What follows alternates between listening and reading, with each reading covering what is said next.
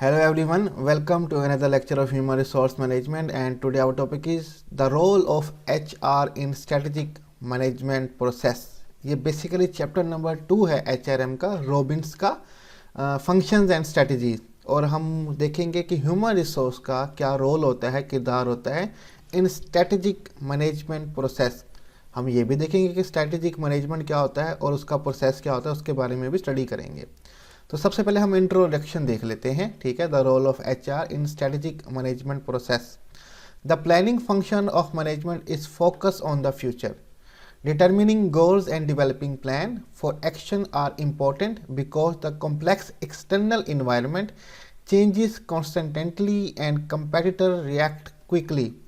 अब planning function जो है मैनेजमेंट का, यानी कि प्लानिंग करना, मनसूबाबंदी करना, इस फोकस ऑन द फ्यूचर, ये सब कुछ फ्यूचर पे फोकस कर रहा होता है कि आने वाले फ्यूचर में हमें क्या स्ट्रेटजीज़ बनानी है, क्या हिकमत अमली अपनानी है, क्या प्लान करना है, किस तरह से मुश्किलात का सामना करना है, इकोनॉमी का सामना करना है, कस्टमर के टेस्ट का सामना करना है। ये जो प्लानिंग फंक्शन है ये फ्यूचर के लिए फोकस कर रहा होता है, इन तमाम बातों को कंसीडर में रख के। Determining goals and developing plan for action are important, कि गोल्स डिटर्मिन करना, ठीक है, गोल का तयन करना कि गोल्स क्या होंगे, और डेवलपिंग प्लान फॉर एक्शन, और उन गोल को हासिल करने के लिए जो एक्शन का प्लान डेवलप किया जाएगा आर इम्पोर्टेंट। ये बहुत अहम होता है, ठीक है, कि गोल्स बनाना और फिर गोल्स को हासिल करने के लिए प्लान्स बनाना, यानी कि क्या एक्शन हमने करने हैं, ये बड़ा इंपॉर्टेंट होता है।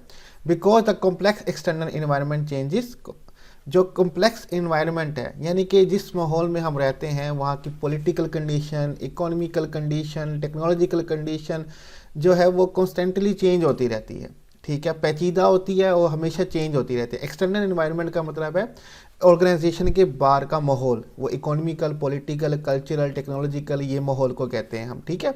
एंड कंपेटिटर रिएक्ट क्विकली, और जो हमारे मुकाबलेबाज वाली कंपनी होती है वो भी बहुत जल्दी से मूव कर रही होती है, वो भी रिएक्ट कर रही होती है बहुत जल्दी से, वो भी अपनी स्ट्रेटजीज बना रही होती है, ठीक है, वो भी बाहर के माहौल के हिसाब से अपनी स्ट्रेटजीज या प्लानिंग को चेंजिंग कर रही होती है। तो हमें इन सब का सामना करने के लिए प्लानिंग करनी पड़ती है।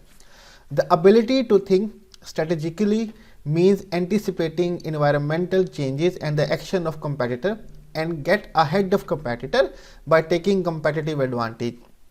अब स्ट्रेटेजिकली एबिलिटी होना, सोचने की, हमारे पास काबिलियत होना कि अपनी हिकमत अमली के हिसाब से सोचें, यानी कि हम एंटिसिपेटिंग करें एनवायरमेंटल चेंजिंग, हम अंदाज़ा लगा रहे हैं कि आने वाले वक्त में क्या चेंज होने वाला है, ठीक है, पॉलिटिकल कंडीशन क्या होने वाली है, इकोनॉमिकल कंडीशन क्या होने वाली है।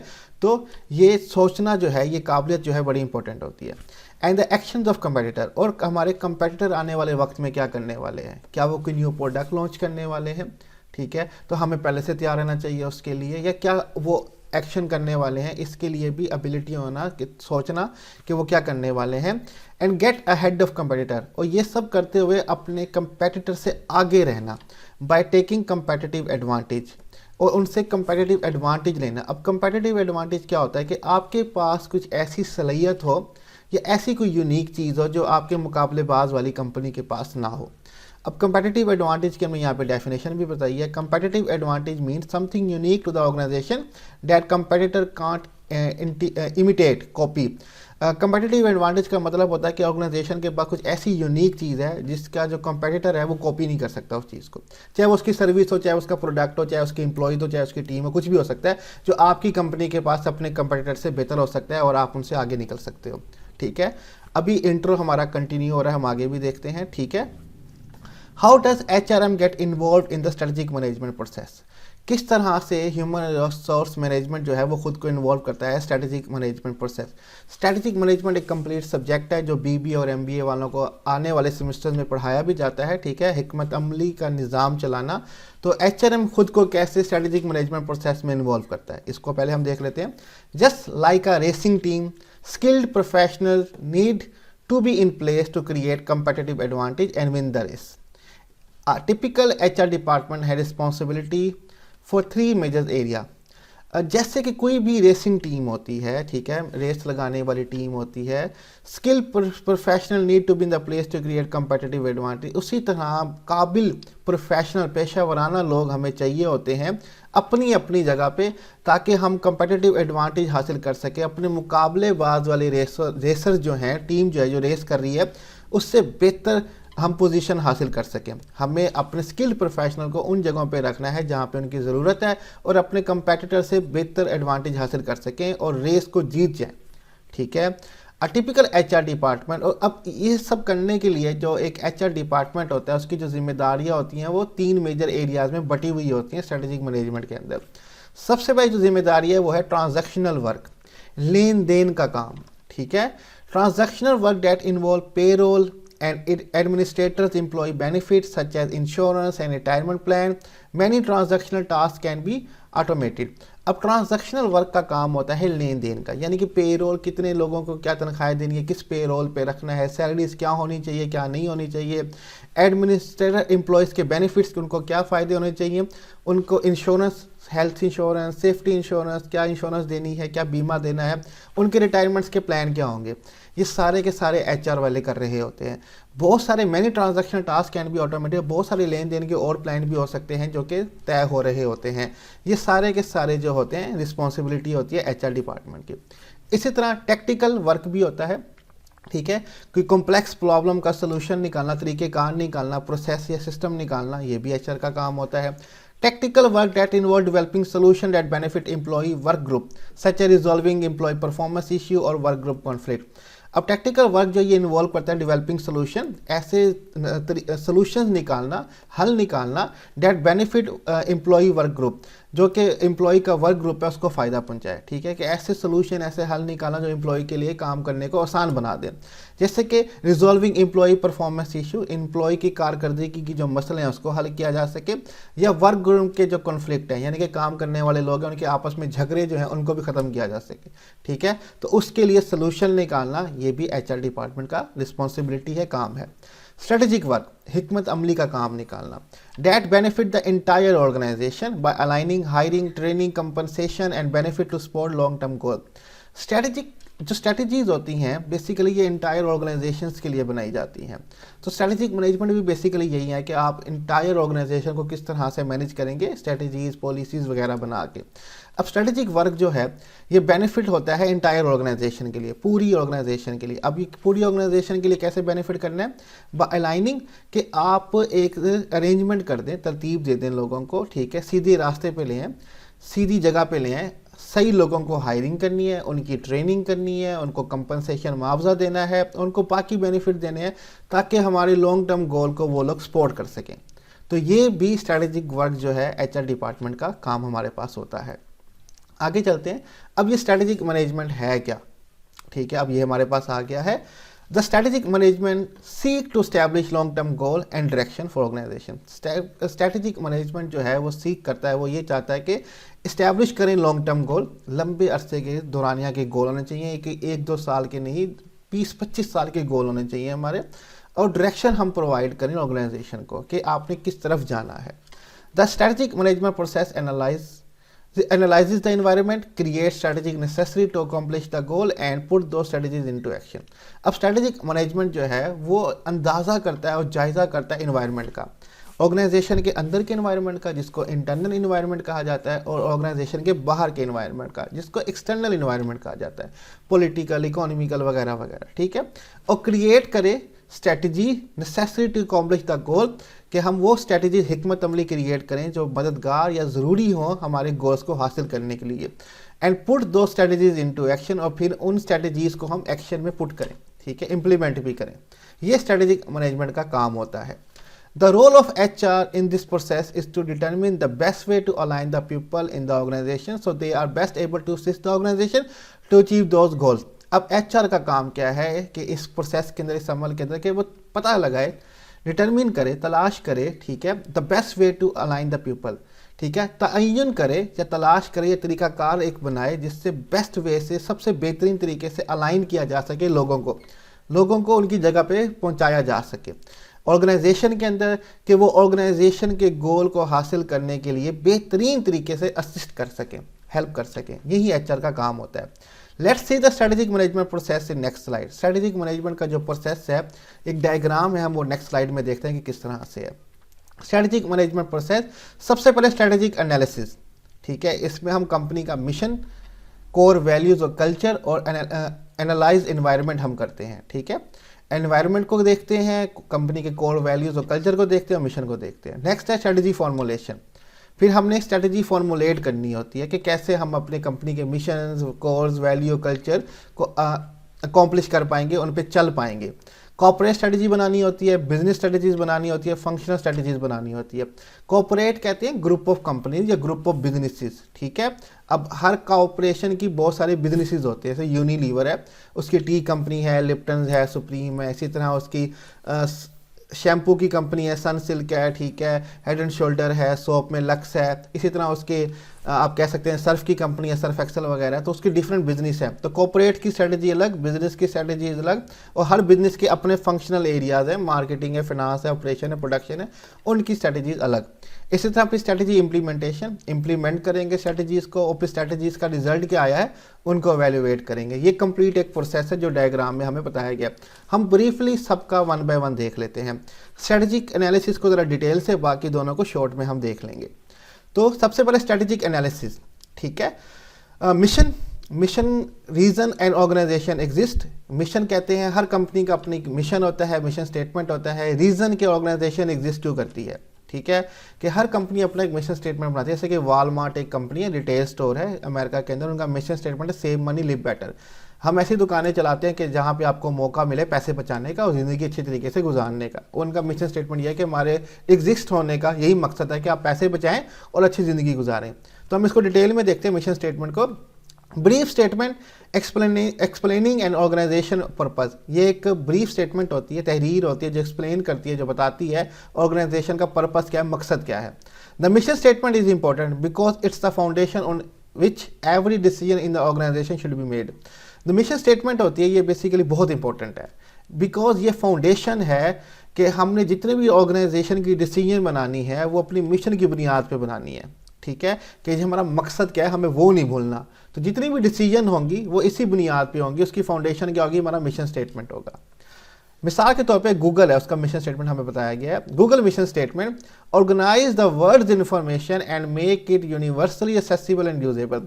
इस तरीके से हम दुनिया की मालूमात को, इन्फॉर्मेशन को तरतीब दें कि सब लोगों के लिए वो एक्सेसिबल हो, यूनिवर्सली पूरी दुनिया में, ग्लोब में वो लोगों को एक्सेसिबल हो, लोग उसको हासिल कर सकें एंड यूजफुल हो, उसके यूज़ भी कर सकें, इस्तेमाल भी कर सकें। इस तरह से हमने दुनिया भर की इन्फॉर्मेशन को ऑर्गेनाइज करना, तरतीब करना है।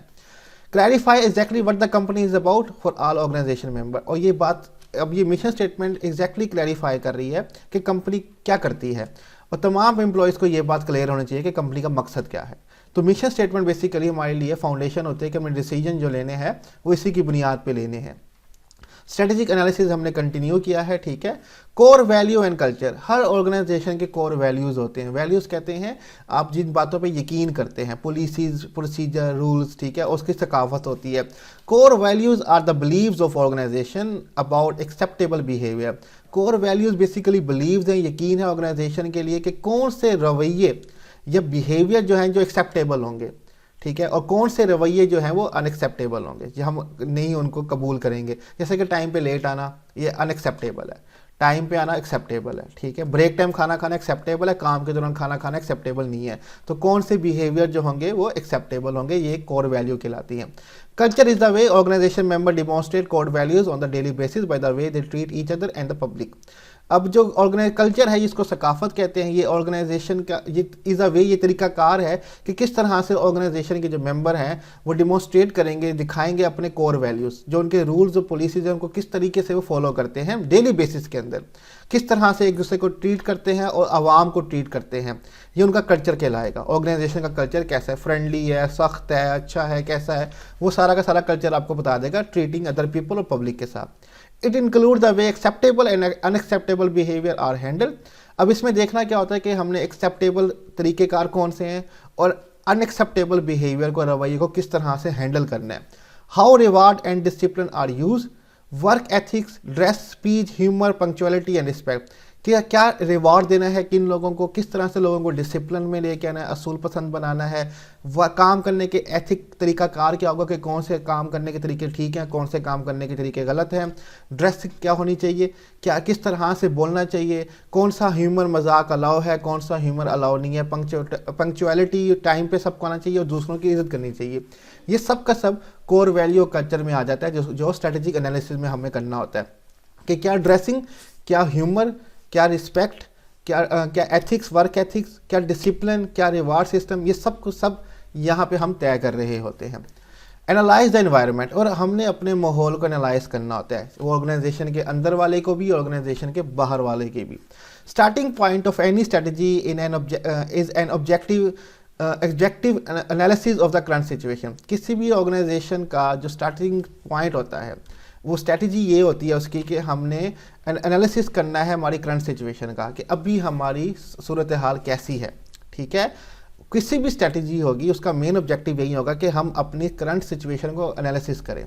अ common environmental analysis tool is known as स्वाट एनालिसिस। जो बहुत ही कॉमन इन्वायरमेंटल एनालिसिस है, जो टूल इस्तेमाल किया जाता है उसको कहते हैं स्वाट एनालिसिस। इसकी डिटेल जो है वो आपको मैनेजमेंट के प्लेलिस्ट में भी मिल जाएगी और मार्केटिंग की प्लेलिस्ट में मिल जाएगी कि स्वाट एनालिसिस क्या होता है, किस तरह से किया जाता है। अब मैं इसकी ब्रीफली बता देता हूँ। स्वाट stand for strength, weakness, opportunity, threat. स्वाट एनालिसिस कहते हैं स्ट्रेंथ का, वीकनेस का, अपॉर्चुनिटी और थ्रेट। कोई भी ऑर्गेनाइजेशन होती है वो अपनी स्ट्रेंथ जानती है, क्या स्ट्रेंथ को एनालिसिस करती है कि वो क्या है, अपनी वीकनेस के बारे में एनालिसिस करती है कि वो क्या है, अपनी अपॉर्चुनिटीज़ ढूंढती है कि इन्वायरमेंट में क्या मिलेगी और थ्रेट को अवॉइड करने की कोशिश करेगी। Strength and weakness are internal factor of organization. जो ताकत और वीकनेस जो होती है ये कंपनी के, ऑर्गेनाइजेशन के अपने अंदरूनी फैक्टर होते हैं कि वो फाइनेंशियल कितना स्ट्रेंथ है, उनकी एम्प्लॉयज़ कितनी बेहतर है या वीक है। ठीक है, ये सब चीज़ें इंटरनल होती हैं। जो अपॉर्चुनिटी और थ्रेट्स होते हैं, while opportunity and threat are outside factor of the organization, ये ऑर्गेनाइजेशन के बैरूनी फैक्टर होते हैं। ठीक है, इंटरेस्ट रेट का कम हो जाना, इकोनॉमी कंडीशन बेहतर हो जाना, डॉलर का कम या ज़्यादा होना, ये आपके लिए अपॉर्चुनिटी भी हो सकती है और आपके लिए थ्रेट भी हो सकता है। फ्यूल प्राइस की एडजस्टमेंट हो जाना, ऊपर नीचे हो जाना, तो इन चीज़ों को भी एनालिसिस हमने करना होता है अपनी ऑर्गेनाइजेशन की पॉलिसी बनाते वक्त। ठीक है, तो यहाँ पे हमारा स्ट्रेटेजिक एनालिसिस जो है वो कंप्लीट हो जाता है। फ़ौरन जल्दी जल्दी वाइंड अप करते हैं, इसको आगे चलते हैं। Strategic formulation. ठीक है, हमें स्ट्रेटजी जो है, हिकमत अमली जो है उसकी फार्मूलेशन उनको बनाना भी पड़ता है। Each level of organization must develop a strategy that support the mission and strategic goal. Organization के चाहे कोई भी लेवल हो, टॉप लेवल हो, मिडिल लेवल हो, या आपके पास फर्स्ट लाइन मैनेजर हो या लोअर लेवल हो, हर लेवल पे हमें डेवलप करनी पड़ती हैं स्ट्रेटजीज जो सपोर्ट करें कंपनी या ऑर्गेनाइजेशन के मिशन को और उनके गोल्स को। The CEO and other top executive develop corporate level strategy. जो CEO होता है यानी कि चीफ एग्जेक्टिव ऑफिसर, और उसके साथ के जो टॉप एग्जेक्टिव होते हैं, टॉप एग्जेक्टिव वो लोग कहलाते हैं जिनके पास डिसीजन पावर होती है। Chief finance officer, chief marketing officer, ये लोग जो होते हैं ये कॉर्पोरेट लेवल पे स्ट्रेटजी बना रहे होते हैं, यानी कि वो स्ट्रेटजी जो पूरी इंटायर ऑर्गेनाइजेशन पे, उनकी ब्रांचेस पे, सब पे इम्प्लीमेंट की जाएगी, ये वो स्ट्रेटजीज बना रहे होते हैं। डिटेल आपको मैनेजमेंट में जाके मिल जाएगी। If there are different business unit, they must each create strategy that support the overall corporate strategy। अगर उस कॉर्पोरेशन के डिफरेंट बिजनेस यूनिट है, जैसे मैंने आपको बताया कि यूनिलीवर एक बहुत बड़ी कॉर्पोरेशन है, फिर उसके अपने बिजनेस यूनिट्स हैं, वो साबुन भी बनाती हैं, वो टी का काम भी करती हैं, वो सर्फ का काम भी करते हैं, जैसे सर्फ एक्सल है, उनके पास लिप्टन है, आपके पास सनसिल्क है, लक्स है, ठीक है, आपके पास क्या कहते हैं हेड एंड शोल्डर है, डिफरेंट बिजनेस यूनिट है। फिर हर बिजनेस यूनिट के लिए भी आपको मस्ट है कि स्ट्रेटजी क्रिएट करनी पड़ेगी जो सपोर्ट करे ओवरऑल कॉर्पोरेट स्ट्रेटजी को, यानी कि हर बिजनेस की भी स्ट्रेटजीज अलग से बनानी पड़ेगी। फिर हर बिजनेस के अंदर कुछ फंक्शनल एरियाज होते हैं such as finance, marketing, production and HR also find a way to support overall strategy and goal such as. फिर उनके लिए भी आपको स्ट्रेटजी बनानी पड़ेगी, चाहे वो फाइनेंस हो, मालियाती काम हो, मार्केटिंग हो, प्रोडक्शन हो, HR को फाइंड करना है वे कि वो सपोर्ट करे ओवरऑल स्ट्रेटजी एंड गोल्स को। ठीक है, उनके लिए भी स्ट्रेटजी बनानी है। अब मार्केटिंग में क्या स्ट्रेटजी हो जाती है? अलाइनिंग प्रोडक्ट को मैच करना, एक जैसे जो है उनको तरतीब देना, उनकी प्राइसिंग करना, प्रमोशन करना and distribution to meet customer need, और उनको तकसीम करना जहाँ जहाँ कस्टमर को चाहिए ताकि कस्टमर की ज़रूरियात जो है वो पूरी हो सके। डिटेल आपको मार्केटिंग में मिल जाएगी। इसी तरह फाइनेंस, मैनेजिंग कैपिटल एफिशिएंटली, जितना पैसा चाहिए उसको मैनेज करना एफिशिएंटली। ठीक है, किस डिपार्टमेंट में कितना पैसा चाहिए, कारोबार को कितना पैसा चाहिए, सबको मैनेज करना बेहतरीन तरीके से, मौसर तरीके से। ह्यूमन रिसोर्स, ठीक है, हर बिजनेस यूनिट में, हर कारोबार में ह्यूमन रिसोर्स का डिपार्टमेंट है कि आपने सही लोग रिक्रूट करने हैं, ठीक है, हायर करने हैं, उनकी ट्रेनिंग करनी है, उनकी डेवलपमेंट करनी है और उनके मुआवजे देने जो एम्प्लॉयज़ को चाहिए। तो फाइनली प्रोडक्शन हमारे पास है, designing production process and inventory system, हमें पैदावार के तरीक़ेकार बनाने हैं, अमल बनाने हैं और इन्वेंट्री का सिस्टम बनाना है, ठीक है। डिटेल मैं मेंशन नहीं कर रहा वरना टॉपिक बहुत लेंथी हो जाएगा, आपको बोरिंग स्टार्ट हो जाएगी और आई नो कि अब तक आप बोर हो रहे होंगे। इन्वेंट्री सिस्टम कि किस तरह से हमें आइटम्स को गोदाम में रखना है, ठीक है, तरतीब में रखना है, उसका सिस्टम वो आपने लाइफो फाइफो सब कुछ पढ़ा होगा, ठीक है। इन्वेंट्री सिस्टम या परपीचुअल और पीरियोडिक सिस्टम भी आपने पढ़ा होगा, ठीक है। नेक्स्ट हमारे पास फाइनली आ जाता है स्ट्रेटजी इम्प्लीमेंटेशन, ठीक है, स्ट्रेटजी को इम्प्लीमेंट करना। Strategy implementation at the implementation level HR design jobs so that employee understand the relevance of their position to the organization strategy and the necessary knowledge, skills and abilities KSAs to achieve success। अब implementation level पे HR का काम होता है कि वो design करे jobs, ठीक है, कि किस शख्स ने क्या काम करना है, ठीक है, कौन कौन सी जॉब्स हमें क्रिएट करनी है कि ऑर्गेनाइजेशंस का गोल जो है वो अचीव हो सके और उनके लिए किन किन एम्प्लॉयज़ को हायर करना है, ठीक है। HR design job, HR jobs को डिज़ाइन करता है कि जॉब क्या होगी, उसके फंक्शंस क्या होंगे, so that employ understand the relevance of their position, ताकि एम्प्लॉय को पता चल जाए कि उनकी पोजीशन क्या है, उनको क्या क्या काम सर अंजाम देने हैं। टू द ऑर्गेनाइजेशनल स्ट्रेटजी, अपनी ऑर्गेनाइजेशन की स्ट्रेटजी के लिए कि क्या नेसेसरी नॉलेज स्किल और एबिलिटी चाहिए तो अपनी ऑर्गेनाइजेशन को कामयाब बनाने के लिए, ठीक है। नॉलेज स्किल्स और एबिलिटीज़ को शॉर्ट फॉर्म में KSAs कहा जाता है। अब हमने जॉब्स बना दी, एम्प्लॉयज़ को पोजीशन बता दी कि ये काम आपने करना है, हमें ये नॉलेज स्किल्स और एबिलिटी चाहिए सक्सेस अचीव करने के लिए, सब कुछ डिसाइड कर लिया। तो अब हम करेंगे इवेल्युएटिंग रिजल्ट का तज्जिया या जायज़ा करेंगे। Once HRM has develop plan to align practice with strategy, एक दफ़ा HRM ने प्लान डेवलप कर दिया कि वो अलाइन कर सके प्रैक्टिस को, मशक को स्ट्रेटजी के साथ, कि जो स्ट्रेटजी बनाई है उस पर इम्प्लीमेंट कर सके। It's important to measure how well the strategic effort of HRM and other business unit are achieving the organization mission. फिर ये जानना या मैयर करना बहुत ज़्यादा इंपॉर्टेंट हो जाता है कि कितना बेहतरीन तरीके से स्ट्रेटेजिक जो एफर्ट है HRM की और अदर बिजनेस यूनिट की वो कामयाब हुए हैं ऑर्गेनाइजेशन के मिशन को हासिल करने में। अगर वो कामयाब हो गए यानी कि हमारा सब कुछ अब तक ठीक चला है, अगर नहीं हुए दोबारा से स्ट्रेटजीज बनानी पड़ेंगी।